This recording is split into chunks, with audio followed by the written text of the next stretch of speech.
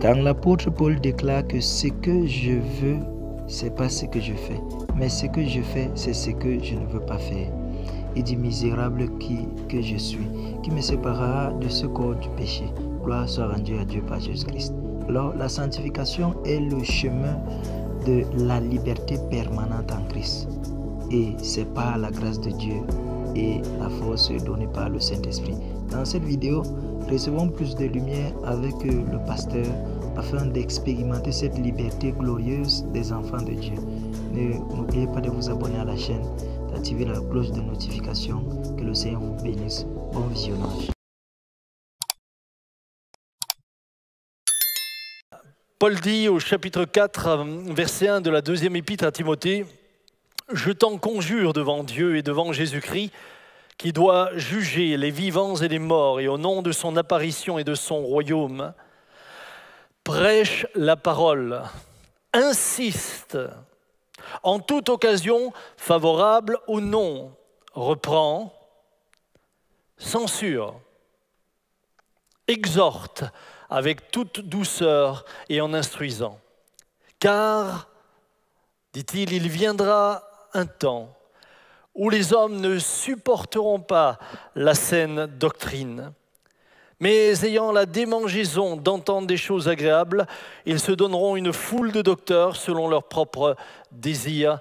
Et c'est là tout le drame d'une église ou de croyants qui s'éloignent de la volonté de Dieu. Ils se donneront une foule de docteurs qui leur enseigneront les choses qui finalement leur conviennent. Bien, ce matin, j'ai introduit par ce texte parce que je vais partager un sujet qui finalement n'est plus très populaire dans l'Église du XXIe siècle. Je vais parler de la sanctification. Et je vais parler de la sanctification, mais en précisant que la sanctification est le chemin vers la liberté. J'aimerais, chers amis, insister là-dessus. Et vous le verrez avec moi. La sanctification n'a servi pas, mais elle libère. Et je crois que plus que jamais, l'Église du XXIe siècle a besoin d'entendre ce message. Alors que nous sommes dans un monde qui aujourd'hui a fait du péché un art de vivre et que malheureusement, bien des églises qui désirent se rendre accessibles à ce monde sont en train de perdre leur lumière et leur vocation première. Jésus nous rappelle que l'Église est appelée à être la lumière du monde et le sel de la terre. Vous et moi, l'Église, étant composée de chacun d'entre vous, chers amis, qui êtes devant vos écrans. L'Église, c'est vous, les pierres vivantes. Nous sommes ensemble appelés à être sel de la terre et lumière du monde. Mais comment l'Église sera-t-elle sel de la terre, lumière du monde, si elle devient mondaine, si sa mentalité devient mondaine, si elle est orgueilleuse ou motivée par des buts inavouables, loin de la volonté de son Sauveur? Comment le sera-t-elle? Vous savez, aujourd'hui, malheureusement, on a voulu devenir tellement accessible à ce monde qui nous entoure qu'on y a perdu trop souvent notre identité. J'aimerais rappeler que le message de Jésus, le premier message de Jésus, est également des apôtres, et c'est important que nous nous en souvenions, c'était « repentez-vous ». C'était là le message essentiel, « repentez-vous ». En grec, métanoïa, qui signifie simplement changement, et noia qui signifie entendement. C'est un changement de mentalité. Celui qui se repent reconnaît qu'il est pécheur, abandonne son péché, le regrette et se tourne vers une nouvelle vie. Une vie qui, de la repentance, le mène à finalement être libéré de la nature du péché pour commencer le chemin de la sanctification qui, lui, va le mener vers la sainteté. C'est ce que je voudrais voir avec vous ce matin. Vous savez, Jésus a dit une chose extrêmement importante. Il dira dans Jean 8, 31, « Si vous demeurez dans ma parole, vous êtes vraiment mes disciples. Vous connaîtrez la vérité et la vérité vous rendra libre. » Si vous demeurez dans ma parole, vous êtes vraiment mes disciples, vous connaîtrez la vérité et la vérité vous rendra libre. Permettez-moi de vous partager ce que j'ai vécu pendant cette semaine. alors que je sortais de chez moi, l'un de mes voisins m'a interpellé et ça faisait 2 mois et demi que je ne l'avais plus vu. Mais alors absolument plus vu. Il avait totalement disparu et il s'était confiné, mais quand je vous dis confiné, il avait disparu. Et là, il m'adresse la parole et il m'explique que, confiné chez lui, il a bien sûr suivi les informations et puis a entendu ce qui s'est passé à Mulhouse et en particulier a entendu parler de ce rassemblement religieux. Et il m'a dit, je dois être sincère avec toi, mais je t'en voulais. Je t'en voulais d'avoir organisé ce rassemblement. Je t'en voulais d'avoir contribué à la contamination du pays. Je t'en voulais. Et puis, il continue et il dit, mais je t'en voulais et j'étais fâché jusqu'à ce que finalement, eh bien, est sorti l'article de Paris Match. Et puis, j'ai commencé à lire ce qui était là, qui était factuel, qui s'appuyait entre autres sur cette étude menée par le CNRS de Clermont-Ferrand avec le professeur Gerbeau, qui faisait la démonstration que finalement, eh bien, sur toutes les personnes qui avaient été interrogées, 3500, dont 80% ne faisaient pas partie de votre église, mais étaient des Orinois. Il fait la démonstration que finalement la contamination était déjà largement présente et que le pic de contamination était sûrement déjà vers le 26-27 janvier. Il dit, quand j'ai lu cela,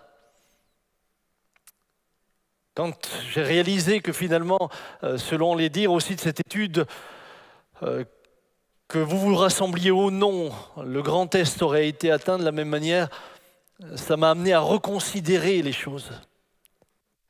Et c'est pour ça que je veux aussi m'excuser pour les propos que j'ai pu tenir.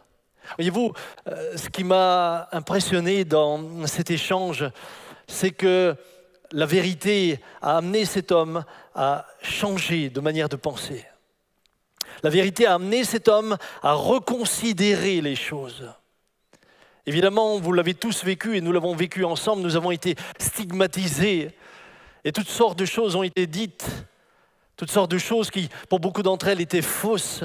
Et puis petit à petit, la vérité a fait son chemin et la vérité a porté la lumière sur la réalité, sur ce qui était factuel, non pas imaginaire, mais factuel. Et cette vérité a permis à beaucoup de gens d'être éclairés. Et finalement, cette vérité qui est apparue nous a rendus, nous, libres. Au moment où il parlait, je me disais, mais la vérité nous rend libres, libres de tout ce que l'on avait fait peser sur nous, libres des accusations. De la même manière, chers amis, lorsque la vérité de la parole de Dieu vient dans nos vies, lorsque la vérité vient nous éclairer, lorsque nous acceptons la vérité sur nous-mêmes, alors cette vérité nous amène à réaliser que nous avons cru des mensonges, parce que le péché, c'est un mensonge. Et celui qui en est le père du mensonge, il est le menteur.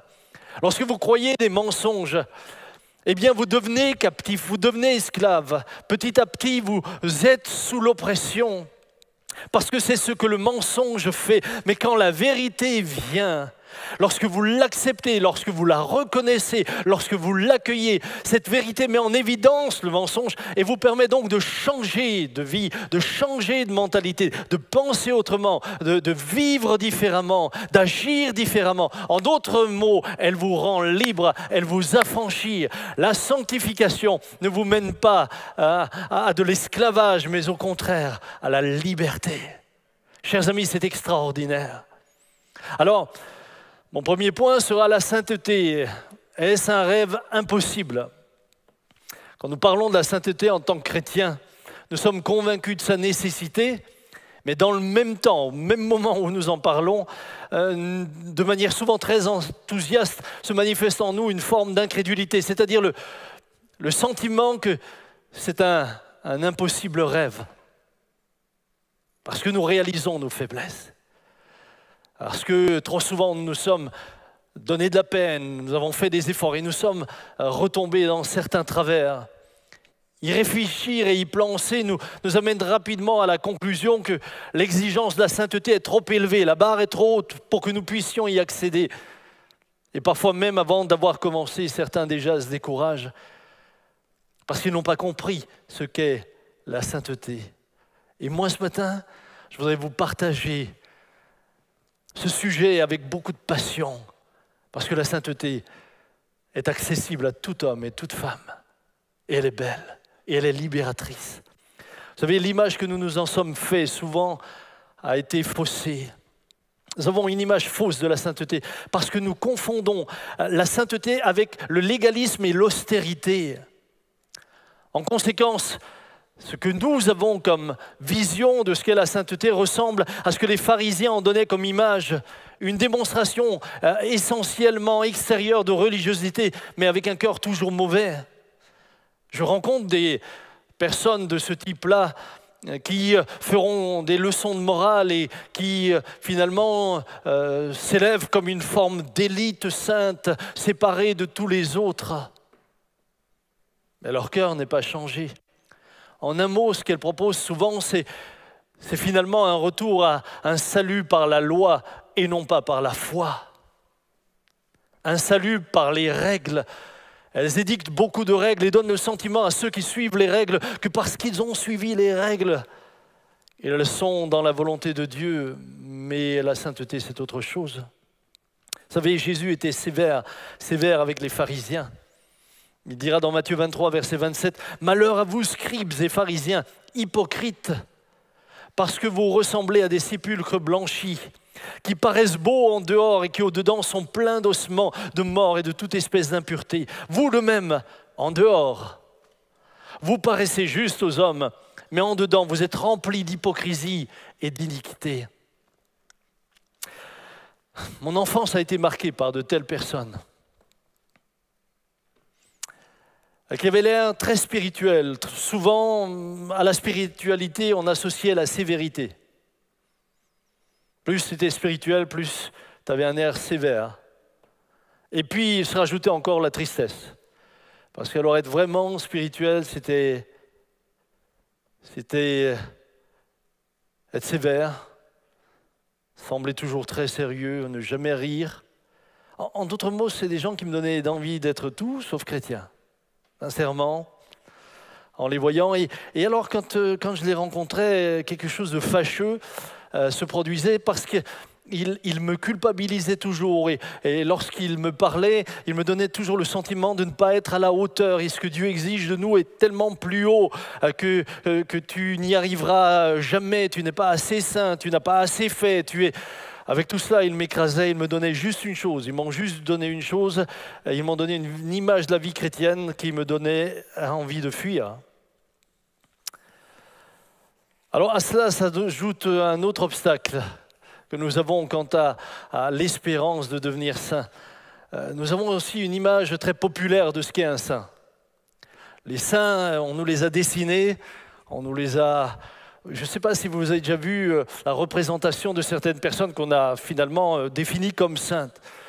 Vous avez toujours l'impression qu'elles sont absentes. Elles sont comme déconnectées du monde, dans une forme d'autisme religieux, une bulle. Elles semblent presque inaccessibles. Elles regardent en général vers le haut. De plus, on leur a mis une auréole. Et puis, à la fin du compte, elles finissent en statue de pierre. Alors, je dois dire que ce n'est pas très motivant. Ce n'est pas très encourageant. Le sentiment qui s'en dégage, c'est que c'est réservé vraiment à une élite. Et la plupart d'entre nous, chers amis, on a le sentiment que oui, c'est beau, mais ça reste inaccessible. Ce qui nous emmène à quoi? À une compréhension de la sainteté dont les caractéristiques sont l'austérité, très souvent la pauvreté, la tristesse, les privations et l'isolement. Cette sainteté, cette forme de sainteté que nous imaginons nous prive finalement de toutes les joies de la terre que Dieu a créées, nous fait presque regretter d'être venus au monde puisqu'il nous faut vivre sur une terre où tout ce qui procure de la joie ou du bonheur est mauvais. C'est dramatique. Là, il vaudrait presque mieux ne pas être venu au monde. Parce que tu as l'impression que finalement, si tu veux être saint, tout ce qui peut procurer un peu de joie ou un peu de bonheur, il faut s'en éloigner, ça pourrait être mauvais, ça pourrait te détruire, etc., etc., etc. Nous oublions presque que dans le jardin d'Éden, ils pouvaient manger de tout, sauf d'un arbre. Nous avons réduit la sainteté à avoir le sentiment qu'on a le droit de manger de rien. Peut-être juste d'un arbre. Mais c'est l'inverse. Dans le jardin d'Éden, ils pouvaient manger de tout et de tous les arbres, sauf d'un, celui de la connaissance du bien et du mal. Alors, vous l'avez bien compris, chers amis, frères et sœurs, ce matin, loin d'être ce que je viens de vous décrire, la sainteté s'offre à nous comme une alternative essentielle à une vie dominée par le péché. Elle se présente comme une vie de joie et non de privation. Une vie nous rendant libres, heureux et en communion avec Dieu. Voilà ce à quoi la sainteté vous invite. Mais qui n'a pas envie d'une telle vie? Qui n'a pas envie d'une telle vie? C'est une vie glorieuse. C'est une vie dans laquelle vous êtes libre de l'asservissement. C'est une vie qui vous conduit tout d'un coup à pouvoir dire avec l'apôtre Paul que la piété et le contentement sont une grande source de gain. La piété et le contentement, pourquoi? Le contentement parce que soudain, la vérité qui vous affranchit, eh bien, vous permet de vous réjouir des choses également les plus simples de la vie. Alors, en quoi consiste la sainteté? Je crois que c'est important, puisqu'il y a, que nous nous arrêtions là-dessus, il y a souvent une confusion entre la sainteté et le fait d'être sanctifié. Il y a le fait d'être sanctifié, il y a la sanctification qui est le chemin qui nous mène vers la sainteté. Et c'est important pour moi ce matin que vous compreniez la différence. Elle est capitale. La sainteté en soi, dans son absolu, peut paraître être une utopie pour vous et pour moi. Et nous considérons que nos imperfections et nos faiblesses humaines, finalement, nous la rendent inaccessible. Cependant, laissez-moi revenir d'abord au terme, le mot « sanctifier ». Je vous donne une définition. Se sanctifier signifie se purifier, se séparer de toute souillure, de tout mal. Le substantif « sanctification » a surtout ce sens-là, rendre saint, purifier, mettre à part pour Dieu. Ce matin, chers amis, frères et sœurs, là où vous êtes, pouvons-nous un instant imaginer que Dieu nous commande de faire quelque chose d'impossible? S'il le commande, c'est qu'il nous en donne les moyens, parce que c'est un commandement. Regardez, dans Lévitique, il est dit « Vous vous sanctifierez, vous serez saints, car je suis saint ». Lorsque nous prions, notre Père qui es aux cieux, que ta volonté soit faite, sa volonté c'est que vous soyez, que je sois saint. C'est sa volonté. Elle est clairement exprimée. Ce que Dieu veut, c'est votre sanctification. Dieu nous a appelés à la sanctification. 1 Thessaloniciens 4, versets 3 et 7. Romains 1, 7. Dieu nous a élus pour que nous soyons saints. Éphésiens 1, verset 4. Soyez saints dans toute votre conduite. 1 Pierre 1, 15 et 16. Aucun d'entre nous ne peut douter que c'est la volonté de Dieu. Et chaque fois que nous prions que ta volonté soit faite, ça y est, vous la connaissez, sa volonté. Ça y est, je la connais. Ce que Dieu veut, c'est que je devienne saint. Mais pour que je puisse le devenir, il savait que je ne pouvais le devenir par moi-même. Il savait que je ne pouvais me changer. Il savait que mon cœur était bien trop mauvais pour que je puisse me changer. Il le savait. C'est pourquoi, eh bien, il nous faut revenir au sens fondamental et biblique du verbe « sanctifier », qui concerne d'abord et avant tout, et bien des personnes ne l'ont pas compris, le salut. C'est le salut que cela concerne premièrement. C'est la mise à part, hors d'un usage vil, soit une consécration, un service divin, une séparation du monde pécheur et souillé pour servir Dieu, frères et sœurs. Dans l'ancienne alliance, ceux qui servaient Dieu dans le temple étaient mis à part. On oignait les sacrificateurs, on les mettait à part. Tous les ustensiles pour le temple, tout ce qui servait au culte était mis à part. Mais j'aimerais vous dire que nous, maintenant, aujourd'hui, dans la nouvelle alliance, nous avons été appelés à être sacrificateurs avec Christ. Nous avons été mis à part. Et comment avons-nous été mis à part? Eh bien, cette séparation d'avec ce qui est impur, c'est-à-dire le péché, a été rendu possible par Jésus-Christ. Dites à ton voisin, c'est possible par Jésus. Si vous êtes à plusieurs à l'endroit où vous êtes, moi je ne sais pas où vous êtes, je ne vous vois pas. Vous me voyez, mais moi je n'ai pas la grâce de vous voir. Mais dis à ton voisin, à ta voisine, à ton épouse, c'est par Jésus que nous sommes sanctifiés. C'est possible par Jésus. Laissez-moi lire dans Hébreux, pardon, je cherche les lunettes sur la tête. Hébreux 10, verset 8, il déclare tout d'abord, tu n'as voulu ni sacrifice, ni offrande, ni animaux brûlés sur l'autel. Et tu n'y as pas pris plaisir. Pourtant, ces sacrifices sont offerts conformément à la loi. Puis il ajoute, je viens moi-même pour faire ta volonté. Il supprime donc les anciens sacrifices et les remplace par le sien. Jésus-Christ a fait la volonté de Dieu. Il s'est offert lui-même une fois pour toutes et c'est ainsi que nous sommes purifiés du péché. Frères et sœurs, vous êtes sanctifiés par l'œuvre de Christ pour nous donner accès à la sainteté. Avant même que nous entreprenions le chemin de la sanctification, il a décidé de nous sanctifier en nous envoyant son Fils unique qui devient pour nous victime expiatoire pour nos péchés, afin que nous ayons accès maintenant à ce chemin. C'était impossible. 1 Jean 1, 7. Mais si nous marchons dans la lumière, comme il est lui-même dans la lumière, nous sommes en communion avec les uns avec les autres. Et le sang de Jésus, son Fils, nous purifie de tout péché. Waouh! Écoutez, si vous me le permettez, est-ce que je peux garder mes lunettes au bout du nez? Voilà, je sais que certains m'ont parfois fait la remarque, mais moi ça m'arrange, parce que de loin, je ne vois pas avec les lunettes, et de près, j'ai besoin, ça fait double foyer. Si vous êtes d'accord, eh bien on va faire comme ça. La bonne nouvelle que je vois là, c'est que lorsque Jean dit « Et le sang de Jésus, son Fils, nous purifie de tout péché ». Pouvez-vous répéter cela? Le sang de Jésus me purifie de tout péché. S'il vous plaît, répétez-le là où vous êtes, chers amis. Le sang de Jésus me purifie de tout péché. En d'autres mots, peu importe ton passé, les actes mauvais que tu as commis, par ta repentance sous l'action du Saint-Esprit et l'œuvre de Christ, tu es purifié de tout péché. Je suis parfois triste de voir le nombre de croyants qui sont encore préoccupés par les péchés du passé. Il vous a sanctifiés. Chers amis, vous êtes purs par l'œuvre de Christ. Je ne sais pas comment vous le faire comprendre, mais c'est tellement extraordinaire. Le diable lui-même ni aucun de ses démons n'a d'autorité sur vous au travers de votre passé. Pouvez-vous comprendre cela? Pas plus qu'au travers des péchés de vos pères. Lorsqu'il dit qu'il nous purifie de tout péché, c'est de nos péchés et des péchés de nos pères.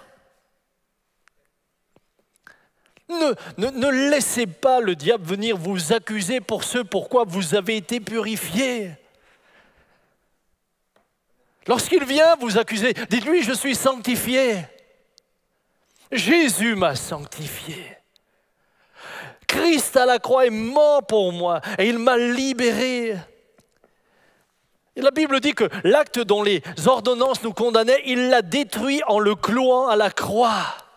C'est extra.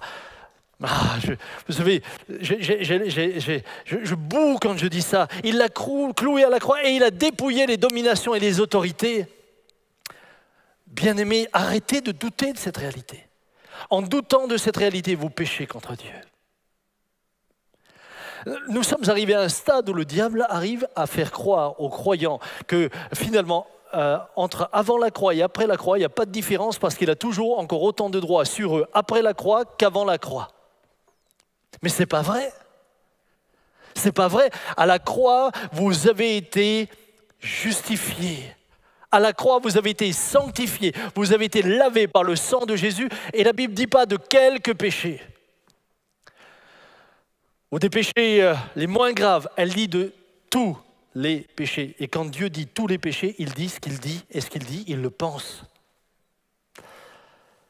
Par Jésus, Dieu nous voit purs. Dieu nous voit purs. Hébreux 10, 14, car par une seule offrande, il a rendu parfaits à perpétuité ceux qui sont sanctifiés. Qui sont les sanctifiés? C'est nous. Il les a rendus parfaits à perpétuité. C'est ce que le Saint-Esprit nous atteste également, car après avoir dit « Voici l'alliance que je traiterai avec eux, après ces jours-là, dit le Seigneur, je mettrai mes lois dans leur cœur et je les écrirai dans leur intelligence. » Il ajoute « Et je ne me souviendrai plus de leurs péchés ni de leurs iniquités. » Mes amis, lorsque nous nous présentons devant Dieu, il ne se souvient plus de nos péchés. Nous venons libres, d'où je vous disais tout à l'heure, mon thème est extraordinaire, puisque c'est la sanctification, chemin vers la liberté. Il nous a libérés. Nous avons été sanctifiés, mis à part, adoptés, intégrés dans la famille de Dieu. Nous pouvons l'appeler maintenant légitimement notre Père. Comment auriez-vous voulu que moi je puisse l'appeler mon Père s'il ne m'avait pas, par l'œuvre de Christ, sanctifié? Nous avons reçu sa nature par le sacrifice de Jésus. Jésus est devenu notre frère. Je suis fier d'avoir un frère comme Christ. L'apôtre Paul ne laisse aucun doute là-dessus, aucun. Permettez-moi de vous lire ce qu'il dit dans 1 Corinthiens 6, verset 9.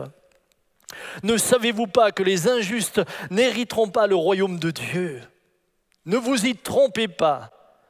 Ni les débauchés, ni les idolâtres, ni les adultères, ni les dépravés, ni les homosexuels, ni les voleurs, ni les cupides, ni les ivrognes, ni les insulteurs, ni les accapareurs n'hériteront le royaume de Dieu.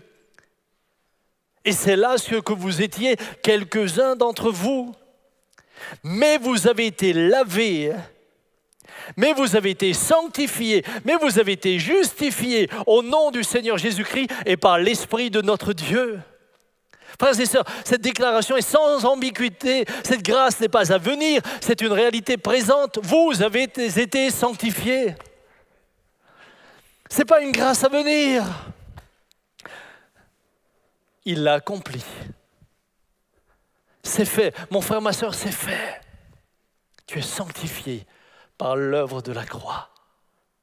Tu es sanctifié par l'œuvre de la croix. Cependant, beaucoup confondent le fait d'être sanctifié avec la sanctification qui, elle, est le chemin vers la sainteté que nous verrons ensemble.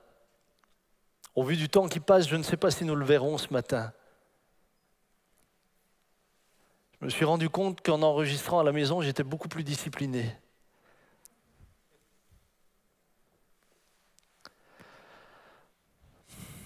La liberté, frère, la liberté, ma sœur, que tu as reçue ne doit pas être, dit l'apôtre Paul, un prétexte de vivre selon la chair. C'est une grâce. C'est une grâce d'avoir été sanctifié par l'œuvre de Christ. Mais ne fais pas de cette grâce un moyen pour vivre selon la chair, en te disant « je demanderai pardon ». Non, non, cette grâce est précieuse, cette grâce a un prix. C'est le prix du Fils de Dieu qui vient sur terre et qui donne sa vie pour toi et pour moi. Honore ce qu'il a fait. Honore ce qu'il a fait. Parce que malheureusement, bien des chrétiens ont compris que parce qu'ils ont eu la grâce, ils peuvent continuer finalement à vivre une vie dans laquelle ils continuent cette vie d'auparavant. Certains pensent pouvoir faire de leur liberté de la grâce un moyen de péché en ayant recours au pardon. Mais c'est déshonorer Dieu. C'est déshonorer Christ. D'autres, et je voudrais le dire à l'opposé, n'ont jamais l'assurance de leur salut. Jamais. Ils ne sont jamais en paix. Ils font dépendre le salut d'une certaine conception erronée d'une vie sanctifiée. Et j'insiste, ils font dépendre leur salut d'une conception erronée d'une vie sanctifiée, résultat de leurs efforts humains. Ils sont toujours tourmentés et ont le sentiment qu'ils ne sont pas suffisamment sanctifiés. Des questions se posent à eux telles que « Serai-je enlevé quand Jésus reviendra ? Sans la sanctification, nul ne peut le voir. » Ils confondent avoir été sanctifiés par Christ avec le chemin de la sanctification qui, lui, nous mène de notre imperfection humaine vers cette sainteté que Dieu nous propose. Il n'y a pas de demi-salut, laissez-moi vous le dire, il n'y a pas de demi-salut ou deux saluts, l'un par grâce et l'autre par sanctification. Il n'y a qu'un salut. Et ce salut nous a été offert. Ce salut nous a été offert gratuitement par Dieu en Jésus-Christ, qui par sa mort nous a sanctifiés. Jean dit dans 1 Jean 5, verset 11, et voici ce témoignage. Dieu nous a donné la vie éternelle et cette vie est en son Fils. Mon frère, ma sœur, vous qui avez reçu, nous qui avons reçu Jésus comme notre Sauveur, nous avons la vie éternelle. Comment est-ce possible? Parce qu'il nous a sanctifiés. Maintenant, être sanctifié, eh bien, ne veut pas dire que nous sommes encore parfaitement saints. Il y a ce chemin de la sanctification qui nous mène vers cette sainteté. Et voici ce témoignage. Dieu nous a donné la vie éternelle. Cette vie est en son Fils. Celui qui a le Fils a la vie. Celui qui n'a pas le Fils de Dieu n'a pas la vie. Cela, je vous l'ai écrit, afin que vous sachiez que vous avez la vie éternelle, vous qui croyez au nom du Fils de Dieu. Là où vous êtes, vous qui avez reçu le Christ. Je ne parle pas de vous, chers amis, qui ne l'avez pas encore reçu. Vous ne pouvez pas le dire. Mais je vous invite à recevoir le Christ. Vous qui l'avez reçu, vous pouvez dire « Je sais que j'ai la vie éternelle parce que je crois en Jésus-Christ. Je sais, je peux vivre en paix, je peux vivre heureux. » Vous savez, lorsque j'étais dans cette situation difficile physiquement, où je sentais qu'éventuellement, je pouvais être parmi ceux qui allaient partir, j'avais une paix profonde. J'avais une joie profonde. Je reviendrai là-dessus tout à l'heure. Nous sommes donc sauvés par grâce et vivons dans le monde, mais nous ne sommes plus du monde. Chers amis, je vous regarde en vous disant, nous vivons par grâce dans le monde, mais nous ne sommes plus du monde. Écoutez ce que Jésus, notre modèle de sainteté, dit dans la prière sacerdotale.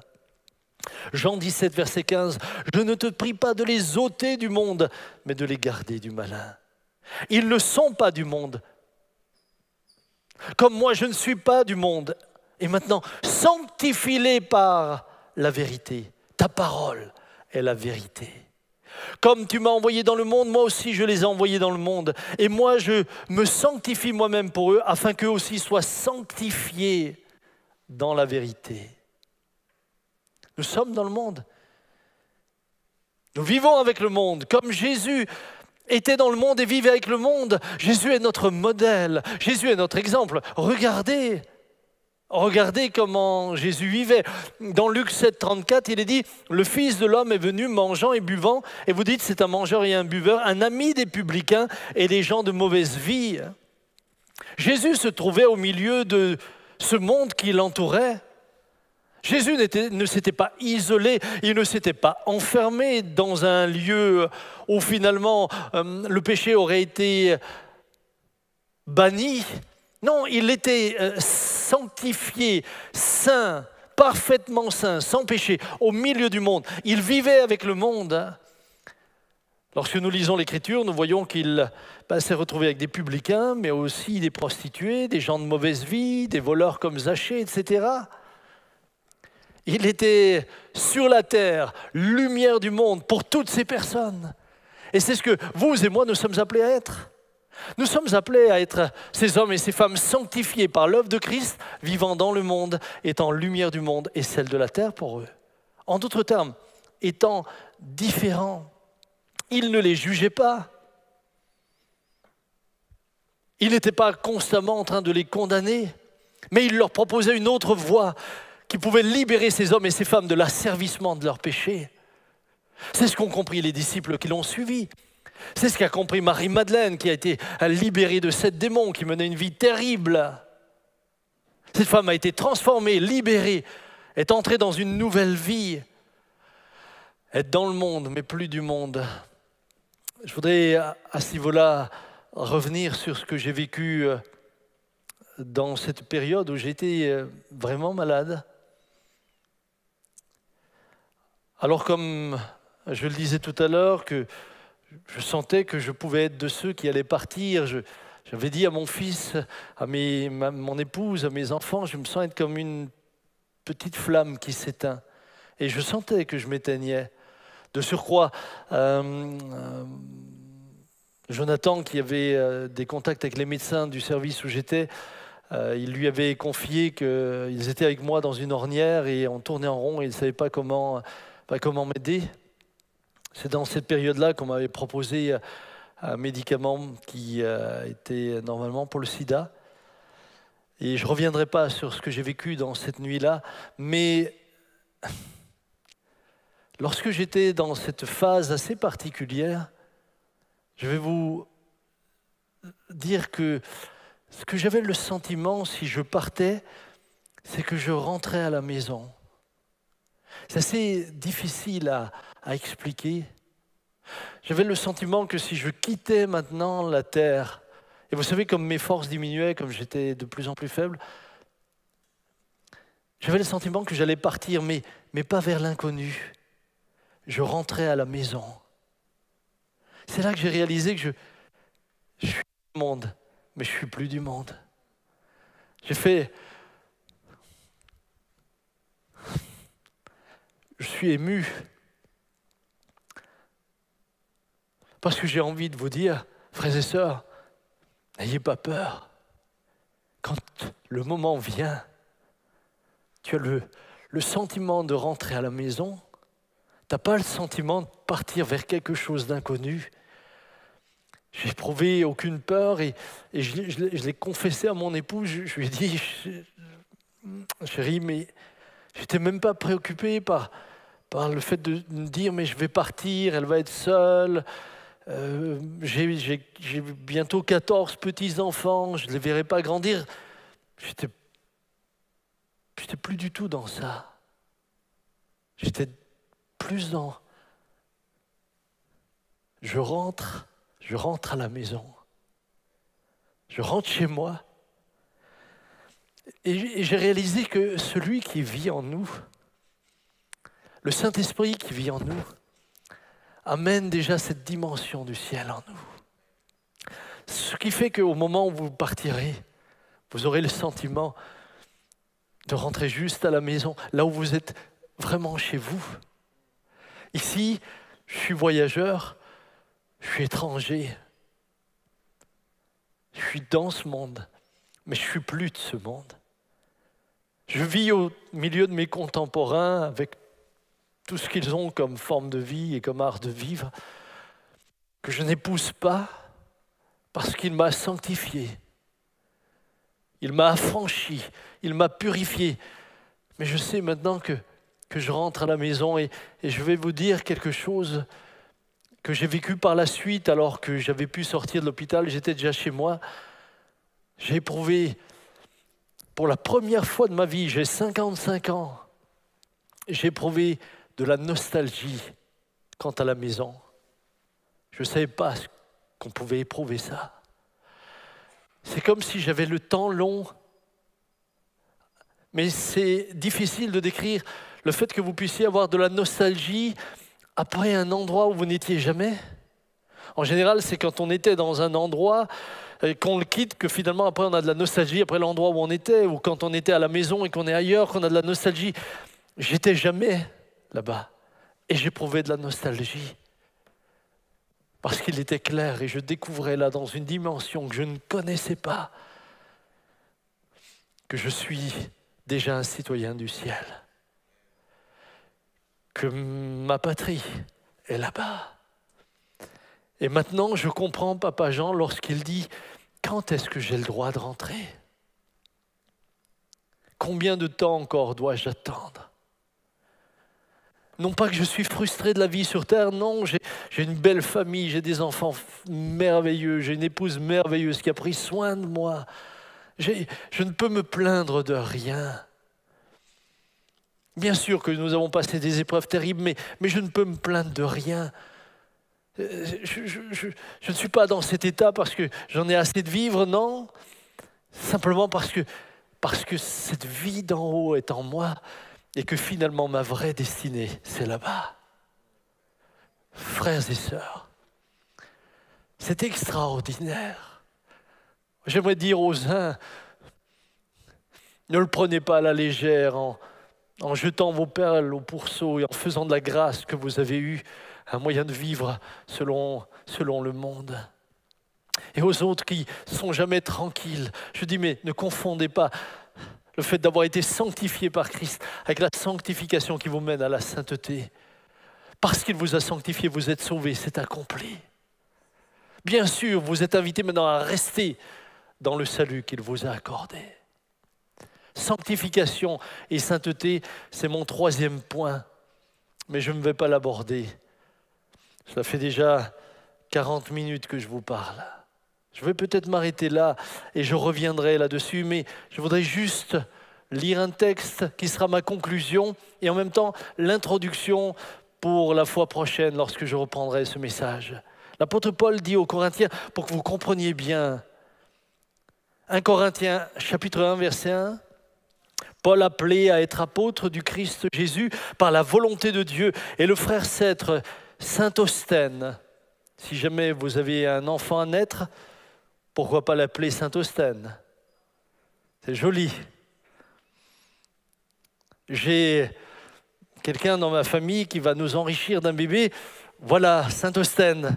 Ça me ferait plaisir que tu l'appelles comme ça. À l'église de Dieu qui est à Corinthe, à ceux qui ont été sanctifiés en Christ. Écoutez bien. Paul dit à ceux qui ont été sanctifiés en Christ Jésus, appelés à être saints. Et à tous ceux qui en quelque lieu que ce soit invoquent le nom de notre Seigneur Jésus-Christ, leur Seigneur et le nôtre, que la grâce et la paix vous soient données de la part de Dieu notre Père et du Seigneur Jésus-Christ. Il y a, frères et sœurs, dans ce texte biblique, un fait accompli. Ceux qui ont été sanctifiés, ça c'est un fait accompli. Dis à celui qui est à côté de toi, tu as été sanctifié. Dis-le à ton épouse, dis-le à ta femme, dis-le à tous ceux qui ont reçu Christ dans ton foyer, tu as été sanctifié. Mais il y a également dans ce texte un fait à venir, appelé à être saint. Ça, c'est un fait à venir. Sanctifiés, nous le sommes. Appelés à être saints, ça, c'est en devenir. Et le chemin qui nous y mène, c'est la sanctification. Que Dieu bénisse sa parole. Nous prendrons la suite la prochaine fois que j'apporterai le message. Qu'il vous bénisse, qu'il vous encourage.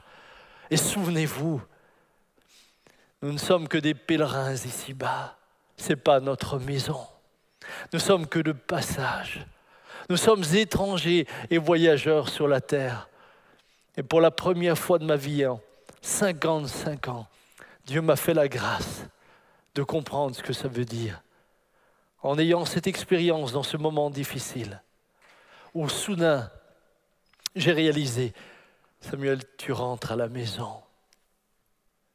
Où soudain, j'ai eu la nostalgie d'un lieu dans lequel j'ai jamais été, mais d'un lieu dans lequel j'ai jamais été, mais d'un lieu duquel quelqu'un est venu habiter en moi. C'est Jésus, c'est le Saint-Esprit. Et parce qu'ils habitent en moi, je suis déjà citoyen du ciel. Vous êtes citoyen du ciel. Alors, vivons en citoyen du ciel. Vivons en citoyen du ciel. Sanctifiés. Ayons une vie qui honore Dieu. Nous avons connu la vérité et la vérité nous rend libres. Sanctifie-les par ta parole. Ta parole est la vérité. Lisez la parole de Dieu. Laissez le Saint-Esprit rendre cette parole vivante en vous. Alors que je suis en train de parler, je ressens par l'Esprit que beaucoup sont visités en cet instant. Quelque chose se produit dans la vie de plusieurs d'entre vous au moment même où je vous parle. L'onction de l'Esprit est en train de descendre sur plusieurs d'entre vous. Une prise de conscience est en train d'être faite. Mais il y a aussi au moment où je vous parle des convictions de péché opérées par le Saint-Esprit. Et je le sais, des repentances ont lieu maintenant. Oh, cher ami, citoyen du ciel, vis sur la terre en fonction de ce que tu es, citoyen du ciel. Ne ressemble plus au monde. Ne t'en éloigne pas dans le sens vis au milieu de ce monde en te souvenant que tu n'es plus du monde. Sois pour lui celle de la terre. Brille pour lui afin qu'en te voyant, il ait de l'espérance. Lorsque je parlais à mon voisin qui m'avait d'abord fait des reproches et qui avait réalisé au travers de la vérité qui sortait par les articles et les journalistes, il me disait, tu sais, je suis confiné depuis 2 mois et demi parce que je suis mort de peur. J'ai une peur bleue. Il me dit, tu comprends, j'ai 65 ans. J'ai dit, Stan, et je suis le candidat idéal. J'ai une peur bleue. Je voulais l'inviter à venir boire quelque chose. Il dit, non, j'ai une peur bleue. Je lui ai raconté ce que j'ai vécu. Il me dit, mais moi aussi j'ai la foi, mais manifestement, il ne connaît pas Jésus. Il ne sait pas encore qu'il peut devenir citoyen du ciel en étant déjà sur la terre. Chers amis, en parlant, je pourrais pleurer maintenant. C'est glorieux, c'est extraordinaire. Oh, que Dieu vous touche, que l'onction de l'Esprit descende sur vous. Pendant que le clavier continue à jouer, prions, prions. Je m'incline devant toi. Toi le Père des lumières, créateur du ciel et de la terre. Toi qui ne nous as pas laissés embourbés dans le péché de notre Père Adam, non. Toi qui as décidé de nous sanctifier en envoyant ce qu'il y avait de plus cher, ton Fils bien-aimé, Jésus notre frère. Je te bénis ce matin. Je te loue, mon âme bénit l'Éternel. Je te remercie pour le Saint-Esprit qui touche et qui visite mes bien-aimés. Seigneur, libère de la peur ceux qui ont toujours le sentiment de ne pas être assez sanctifiés.